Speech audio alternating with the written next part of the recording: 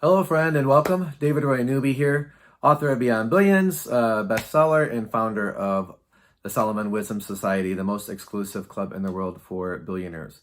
So, who are the biggest losers from LeBron's tumultuous tweet? Um, LeBron James did a tweet last week, basically calling for accountability for a police officer who had to make a split-second decision. Saving the life of a young black lady from another young black lady who was attempting to attack multiple people with a knife. So it was a very emotionally charged situation. A couple of King Solomon's Trillionaire tips really come to mind that apply to the situation. So, basically the biggest losers, number one, of LeBron's tweet are his children.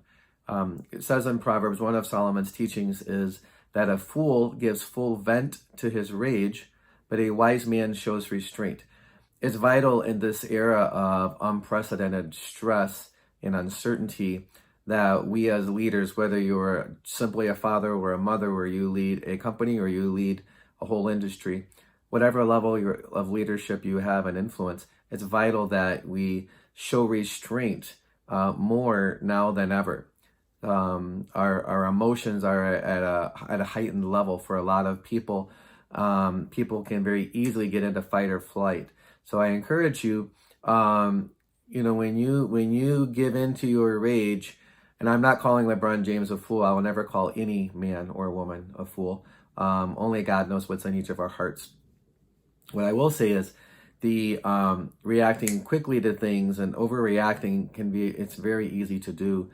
So the biggest losers are as kids. Every time we as leaders demonstrate overreacting, and so that just shows them that's the normal thing to do, and we condition those around us that we influence to act the same way. They follow our leadership. So I encourage you as a leader, learn to respond instead of react.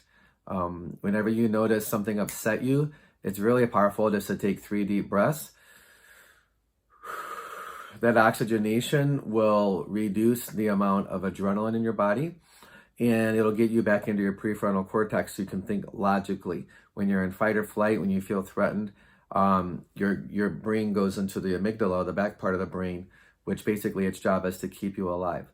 So I would guess that LeBron James went into fight or flight. He got very upset before he knew all the information.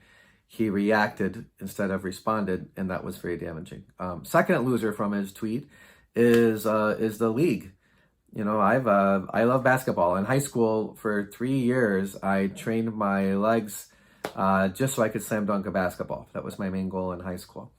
And so I've been following the NBA, the Detroit Pistons, since the 80s, the bad boy era, them versus the Celtics, them versus the Bulls. And so I've been following basketball for a long time. I would say the league is losing from that kind of reactivity because, in essence, some people could translate his tweet as someone calling for them to be violent against a police officer and, get revenge or right a wrong.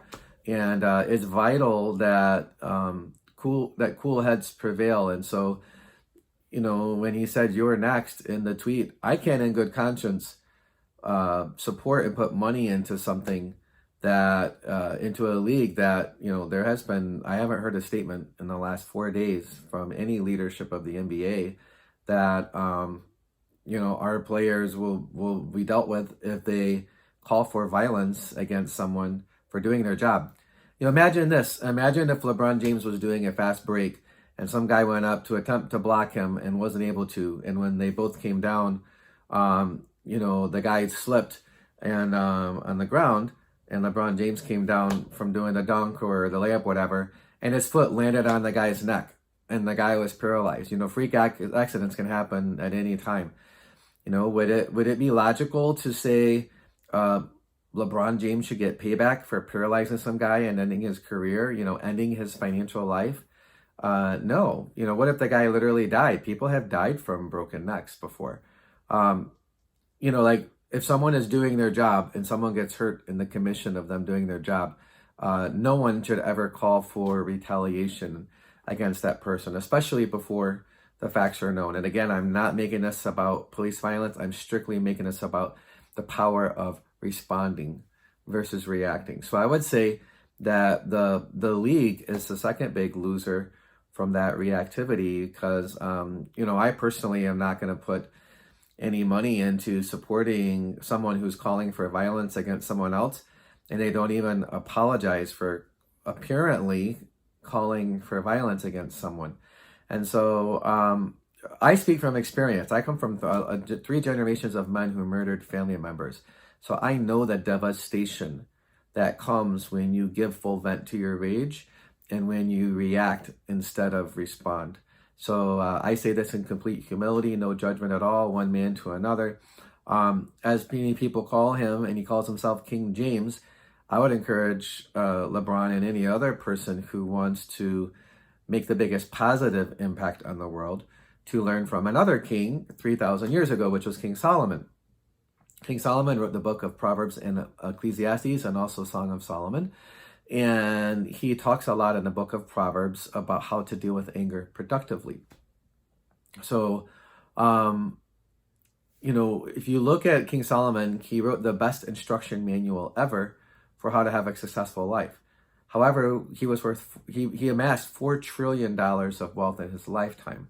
To put that in perspective, today, that's the equivalent of the poorest 80% of billionaires in the world today. As one man, he had this much wealth. And he collected exotic foreign wives the way a lot of billionaires today collect exotic cars. He had 700 wives and 300 concubines.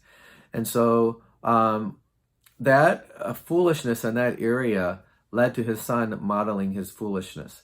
So again, going back to the first thing, who was the first loser from LeBron's tumultuous tweet? It was his sons and those that he influences and leads, and his daughters. King Solomon's son modeled his father's foolishness, and when he became the king, he asked for advice on how he should rule. And his father's advisors, older advisors, suggested that he lower the taxes on the people, lower the burden on the people. His friends, his peers that were his age, advised him, don't wimp out, don't let people think that you're a lightweight compared to your dad, raise taxes. He listened to his peers that were his age, and he lost 5/6 of the kingdom. 10 out of the 12 tribes said, we're no longer going to listen to your kingship. We're going to go do our own thing. So he was only king of 2 out of the 12 tribes of Israel. What does it have to do with us today? As you become more and more successful, it's vital as a leader that you humble yourself and listen to the counsel of many people. When you have things figured out, LeBron's almost a billionaire. When you have things figured out in a certain arena, it's easy to think, oh, I have that figured out. I can stop working on that area. Let me go focus on other areas. When you stop working on an area of life, when you stop seeking excellence, the result is usually very horrible. There's another spiritual principle. Also in the scriptures, they say there's a way that seems right to a man, but it leads to death. If you keep doing what you think is the best thing to do and you do not regularly get outside advice, you will eventually make a fatal mistake. LeBron James is almost a billionaire. If he's only worth $800 million, I'll spot him a couple $100 million. But I talk regularly to billionaires and centimillionaires and decamillionaires. And the more successful that you become, the more and more tempting it is to become prideful and think because you have a certain area of life figured out, you have a lot of great results in one area, to start thinking that you're smarter than you really are in other areas. So learn the lesson from King Solomon and his son, who lost 5/6 of the kingdom. Now, it took a couple generations for them to lose the wealth, but that pride led to the downfall of their financial wealth, and it also led eventually to the downfall of the whole nation of Israel. So from one king to another, King James learned the lessons from King Solomon and his son. I don't want to see you or any other people's children suffer for our lack of wisdom.